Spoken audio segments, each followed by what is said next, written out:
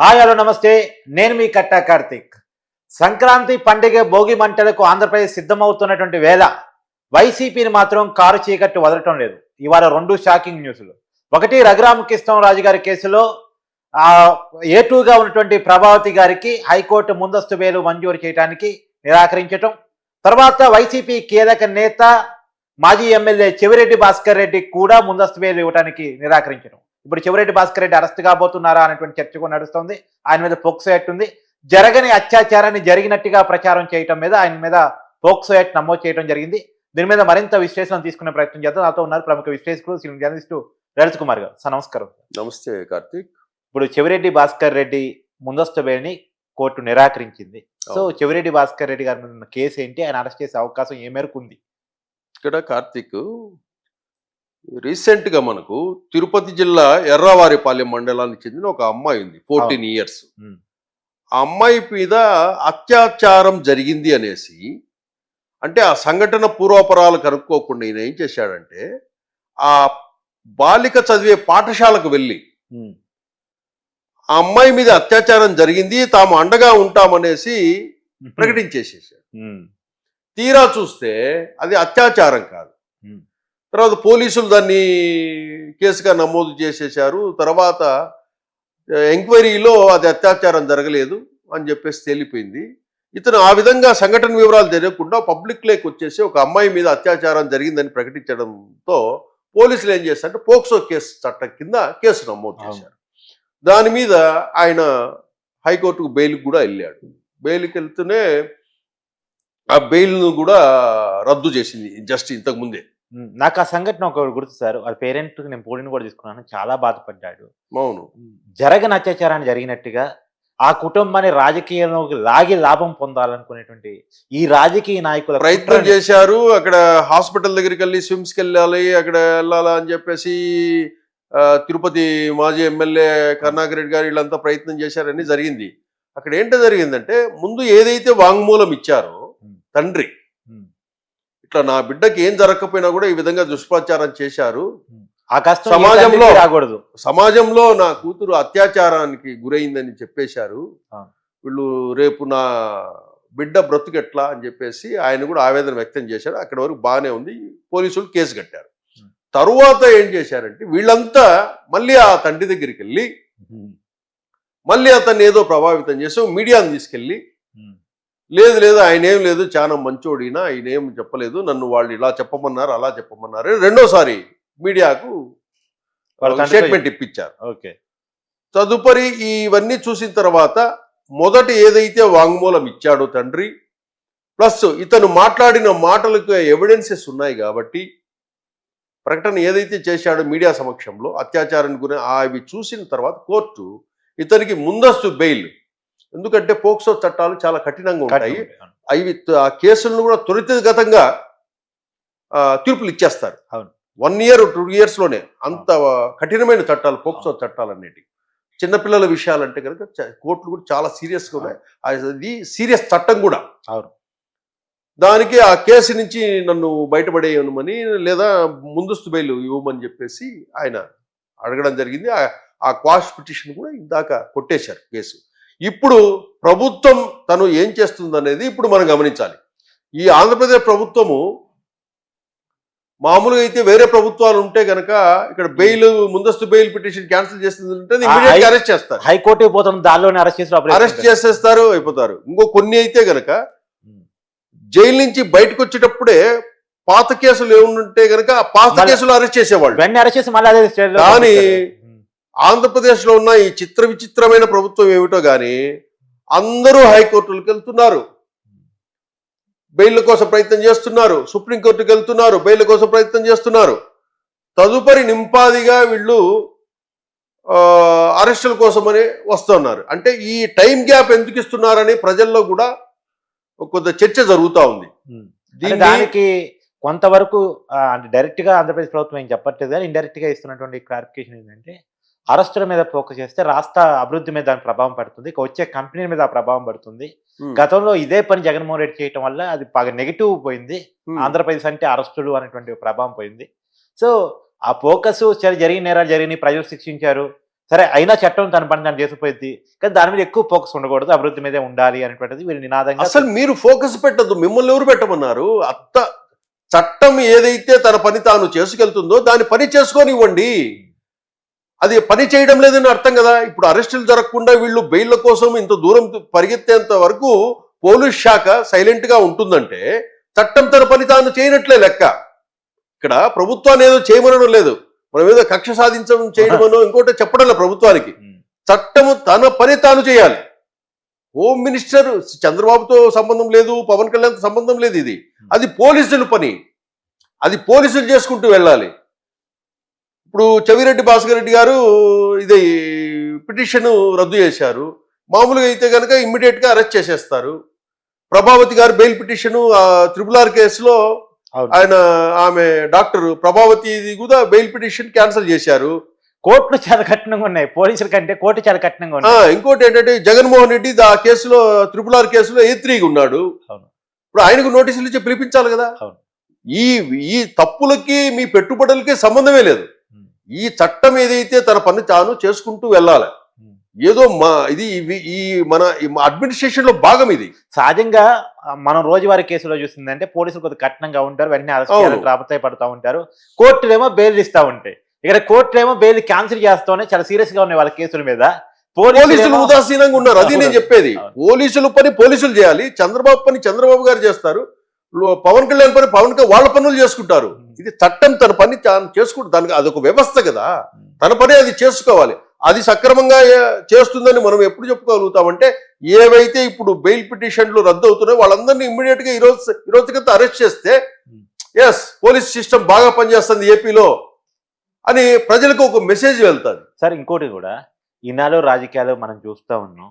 చెవిరెడ్డి భాస్కర్ రెడ్డి లాంటి సీనియర్ రాజకీయ నాయకుడు, అనేకసార్లు ఎమ్మెల్యేగా పనిచేసినటువంటి వ్యక్తి, అలాంటి వ్యక్తి ఇలాంటి చిన్న చిల్లర రాజకీయం అంటే ఇప్పుడు వైసీపీ అంటే శవ రాజకీయాలు చేస్తాయి, వైసీపీ అంటే నీచ రాజకీయాలు చేస్తాయని బయట జనరల్ గా ఆ వైసీపీని వ్యతిరేకించే రాజకీయ పార్టీలు రాజకీయ వ్యక్తులు చెప్పే మాట. కానీ చెవిరెడ్డి గారు ఈ మాట నిజం చేసే రకంగా ప్రవర్తించారనుకోవచ్చా?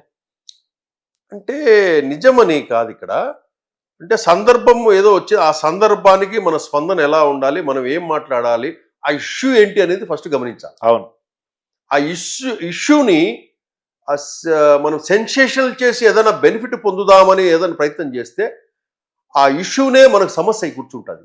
ఇప్పుడు ఇది కూడా ఇతను చేసింది అదే. ఏదైనా ప్రమాదం జరిగింది అంటే కనుక దాని గురించి మనం ఏదన్నా ఇది ప్రభుత్వ వైఫల్యమో ఏదో స్టేట్మెంట్ ఇవ్వచ్చు. అవును, కానీ ఇక్కడ అమ్మాయికి ఒక చిన్న 14 ఏళ్ల పిల్ల, ఇప్పుడు ఇది వైసీపీకి టీడీపీకి సంబంధించిన రాజకీయ విషయం కాదు, ఏదో కుటుంబానికి ఒక అమ్మాయి జీవితానికి సంబంధించింది.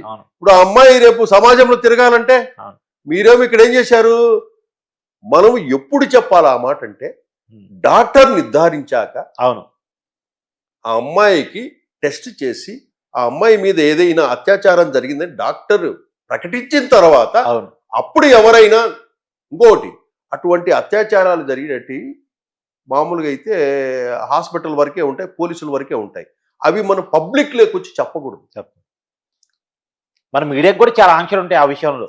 మనం పబ్లిక్ లోకి వచ్చేసి దో పలానా అమ్మాయికి ఇక్కడ అమ్మాయికి అత్యాచారం అయిందంటే ఆ ఊర్లో సమాజంలో ఎట్లా తిరగాలి, ఆ కుటుంబం కానీ అమ్మాయి కానీ, రేపు అమ్మాయికి పెళ్లి కావాలి కదా, ఇవన్నీ ఉంటాయి. కాబట్టి ఆ ఇష్యూను బట్టి వీళ్ళు ఆవేశంలోనో తొందరగానో ఏం చేస్తారంటే అవగాహన లేక, అంటే అవగాహన లేనంత చిన్న వ్యక్తి కూడా కాదు, రాజకీయ లాభం స్వార్థం తప్ప. అంటే రాజకీయ నాయకులు ఎప్పుడు కూడా ఏది కూడా ఇష్యూను తన లాభం కోసమే ప్రయత్నం చేస్తారు. అది సహజ సిద్ధమైన లక్షణం వాళ్ళది. కానీ ఇది అన్ని విషయాల్లో పనికిరాదు.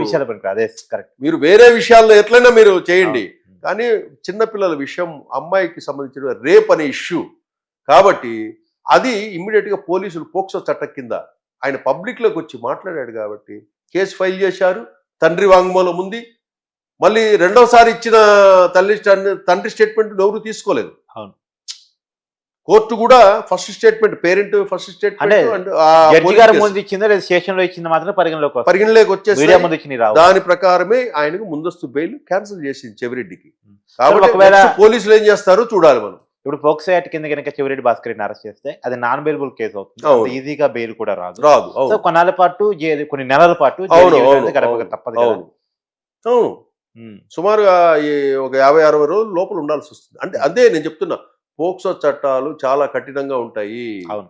ఏదైనా కూడా ఈ సమాజంలో ఎవరు కూడా చిన్నపిల్లలకు సంబంధించి లైంగికంగా కానీ ఇతరత్రా కానీ వాళ్ళను ఏదైనా చేయాలని ప్రయత్నించినా కూడా అది పెద్ద కేసులు అయితే. వాళ్ళకి కించపరిచేలా మాట్లాడినా, కించపరిచే వాళ్ళ మీద లైంగిక మాట్లాడడము, దాడికి చేసిన, వాళ్ళను టార్చర్ వాళ్ళు చేయడము, అవమానించిన, వాళ్ళని టార్చర్ కొట్టడము, చేసిన. అవమానించడము, ఇతరత్రా ఎన్నో కూడా చాలా పెద్ద సెక్షన్స్ ఇవి. అవును. పెద్ద చట్టం ఇది పోక్సో కేసులు అనేవి. ఇమ్మీడియట్ గా కూడా శిక్షలు కూడా చాలా కఠినంగా ఉంటాయి, శిక్షా కాలం కూడా. కాబట్టి అందరూ కూడా చాలా జాగ్రత్తగా ఉండాలి చిన్నపిల్లల విషయాల్లో వరకు మాత్రం. ఇప్పుడు చెవిరెడ్డి మీద అనేక ఆరోపణలు ఉన్నాయి. ఎర్రచందనం స్మగ్లింగ్ చేస్తాడని, అవును. లేదో గంజాయికి సంబంధించిన వ్యాపారాలు చేస్తాడని, ఇలా చాలా ఆరోపణలు ఉన్నాయి. చివరికి వచ్చి ఒక అమ్మాయి కేసులో ఇరుక్కొని జైలు జీవితం గడపాల్సిన పరిస్థితి వస్తుందంటారా? అదంతే. ఇప్పుడు మామూలు చెవిరెడ్డిని అన్నా కూడా చెవిరెడ్డిని మామూలుగా అటుపక్క చిత్తూరు జిల్లా అటు సైడ్ కూడా పుష్ప అంటారు. చేస్తాడో చేయడో తెలియదు కానీ ఖర్చు మాత్రం బాగా విపరీతంగా పెడతాడు. డబ్బులు ఎక్కడి నుంచి వస్తాయో తెలియదు. బెంగళూరులో కూడా పెద్ద వెంచర్ వేసుకున్నాడు, భారీ ఎత్తున వెంచర్ వేస్తున్నాడు. కానీ ఎప్పుడు దేవునికి మాత్రం దండం పెడితే, ఎక్కడ దేవుడు కనపడినా కూడా దండం పెట్టేస్తుంటాడు. ఏం చేస్తుంటాడేమో కానీ ఆయన దేవుడి దగ్గర పంపిస్తుంటాడని కూడా పేరు ఆయనకి. ఆయన వ్యతిరేకించిన వాళ్ళని దేవుడి దగ్గర పంపిస్తుంటాడని కూడా పేరు ఆయనకి. ఇంకా రాజకీయ నాయకుడు కాబట్టి అన్ని లక్షణాలు ఉంటాయి అంటుంటారు. కాకపోతే అటువంటి అన్నిసార్లు ఎమ్మెల్యేగా ఉన్న వ్యక్తి నిన్న జగన్మోహన్ రెడ్డి గారు కూడా హాస్పిటల్లో బాధితులను పరామర్శిస్తూ చెవిరెడ్డి నా సొంత మనిషి అని కూడా చెప్పాడు వాళ్ళకి. మీకు అన్ని చూసుకుంటాడు చేసుకుంటాడు అని చెవిరెడ్డి మీద తోసి చెప్పేసి వెళ్ళాడు జగన్మోహన్ రెడ్డి కూడా. అంటే సొంత మనిషి అంటే గనక ఇప్పుడు నంబర్ 2 ప్లేస్ లో చెవిరెడ్డి ఉన్నాడు అక్కడ. అవును, జగన్ దగ్గర. అవును. జగన్ సహాయం ప్రకటించిపోతే చాలా బాగుండేదేమో అక్కడ. అది అది ప్రకటించితే బాగుండేది అక్కడ కూడా. ఎందుకంటే వైసీపీ పార్టీ తరఫున మనము ఎక్కడికైనా మనమైనా వేరే వాళ్ళైనా ఒక పేదోడు ఇబ్బందులు ఉన్నాడు, మరణం జరిగింది, ఒకటి హాస్పిటల్ ఉన్నాడు అంటే ఏం చేస్తారంటే, పోయినవాడు వాడి శక్తి కొలది ఏం చేస్తారంటే పరామర్శించి మనం పోయినా సరే ఫ్రూట్స్ లేకపోతే వాళ్ళను పిలిచి 5,000 10,000 చేతిలో పెట్టేసి వస్తారు. అది సహజంగా జరిగేది. కానీ ఒక వైసీపీ పార్టీ అధ్యక్షుడికి కొన్ని వేల కోట్లకి అధిపతి జగన్మోహన్ రెడ్డి గారు, మొన్నటి వరకు ముఖ్యమంత్రిగా ఉన్న వ్యక్తి, ఈరోజు బాధితులను పరామర్శించేదానికి వచ్చినప్పుడు అక్కడ గవర్నమెంట్ అంటే ఇచ్చింది, మీరు కూడా వచ్చినప్పుడు ఏం చేస్తారంటే అందరు కూడా ప్రజలు కూడా జగన్ వచ్చాడు పరామర్శించాడు, ఏమి వాళ్ళ పరామర్శించాడు, ఏమైనా సాయం చేస్తాడు అని చూస్తారు. అప్పుడు అదే జగన్మోహన్ వైసీపీ పార్టీ తరఫున మీరు ఎంతన్నా ఇవ్వండి, ఇదో క్షతగాత్రులకు ఇంత, వీళ్లకు మరణించిన వారు కదా 6 మంది ఉన్నారు, తలా ఒక్కొక్క ₹1,00,000 ఇవ్వండి. ఆ మెసేజ్ ఎంత వెళ్తుంది? మెసేజ్ ఎట్లా పోతుంది? మంచి మెసేజ్ కదా. కాదు సార్, ₹1,00,00,000 కాదనుకుంటే తరా 20 లక్షలు ఇచ్చినట్టు అవుతాడు కదా. అవును, ఆ దిశగా ఎందుకు ఆయన డబ్బులు ఇవ్వడు. మనం చాలాసార్లు గమనించడం కానీ ఎక్కడ కూడా ఆయన జోబిలోంచి తీసి డబ్బులు ఇవ్వడు. అదొకటి కనుక మార్పు చేసుకునేసి ఆయన కూడా సాయం చేస్తాడు అనే మెసేజ్ జనాలకు వెళ్తే కనుక అది మంచి పేరే జగన్మోహన్ రెడ్డికి. ఇది చాలా చికాకైన క్వశ్చన్ ఏమో, ఎందుకంటే సొంత చెల్లికే డబ్బులు ఇవ్వడు, అలాంటిది జనాలకి ఎందుకు ఇస్తాడు అనేది చర్చ. ఇంకో విషయం ఏంటంటే జగన్మోహన్ రెడ్డి డబ్బులు ఇచ్చేటట్లు ఏ రాజకీయ నాయకుడు డబ్బులు ఇవ్వడు. కాకపోతే తన అవసరం, ఇది నాకు మస్ట్ అవసరం, నా కార్తీక్తో పని ఉంది, కార్తీక్ తప్పక ఈ పని ఎవరూ చేయలేరు అన్నప్పుడే నీకు డబ్బు ఇస్తాడు. ఆ డబ్బు కూడా చాలా భారీ ఎత్తులో ఇస్తాడు. అంత డబ్బు ఇచ్చే రాజకీయ నాయకులు ఎవరు ఉన్నారు? అట్లా ఇస్తాడు. తన వేరే పనుల కోసం ఇస్తుంటాడు. ఏదైనా తనకు అవసరమైన పని, తనను కాపాడే పని, తను సేఫ్ గా ఉండే పని, తన అధికారం తీసుకొచ్చే పని, ఏదైనా పని, దానికి మాత్రము డబ్బులు చాలా బాగా ఇస్తాడు. ఆ రాజకీయ నాయకుల్లో తన సొంత పనుల కోసం అంత పెద్ద ఎత్తున డబ్బులు ఇచ్చే వ్యక్తి ఏ రాజకీయ నాయకులలో ఎవరూ లేరు. జగన్ అలా ఇస్తారు. కాకపోతే జగన్ ఇవ్వంది ఇళ్ళకే, ప్రజలకు ముద్దులు, తల మీద నెత్తి మీద చేతులు పెట్టేసి ముద్దులు అవి ఇవి అన్ని అక్క చెల్లి అనేసి మాట్లాడుతుంది తప్పితే ₹1 మాత్రం తీసివ్వడు. చూద్దాం సార్ చెవిరెడ్డి భాస్కర్ రెడ్డి పరిస్థితి ఎలా ఉంటది, ఆయన అరెస్ట్ చేస్తారు. చెవిరెడ్డి భాస్కర్ రెడ్డి అండ్ ప్రభావతి ప్రభావతి ఇష్యూ కూడా ఎస్ చూడాలి. మన ఏపీ స్టేట్ లో చట్టం ఏ విధంగా పనిచేస్తుందో. నిజానికి ప్రభావతి అరెస్ట్ అయితే ఇప్పటికే ఆ కేసులో అనేక మంది అరెస్ట్ అయ్యారు కాబట్టి నెక్స్ట్ జగన్ ని ఎంక్వైరీ పిలుస్తారు. ఎంక్వైరీ పిలుస్తారు. అదే అదే అవును. అంటే అది వ్యవస్థ, చట్టం దాని పని తాను చేసుకెళ్లాలి. ఎందుకంటే విజయపాల్ అరెస్ట్ అయి ఉన్నాడు, ప్రభావతి అరెస్ట్ అయితే ఇక నెక్స్ట్ జగన్మోహన్ రెడ్డి పేరు కూడా A3 గా ఉంది కాబట్టి ఆయన ఎప్పుడు పిలుస్తారని చెప్పి కూడా తెర ముందుకు వస్తుంది. తెర ముందుకు వస్తుంది. అవును. Thanks sir. Thank you sir.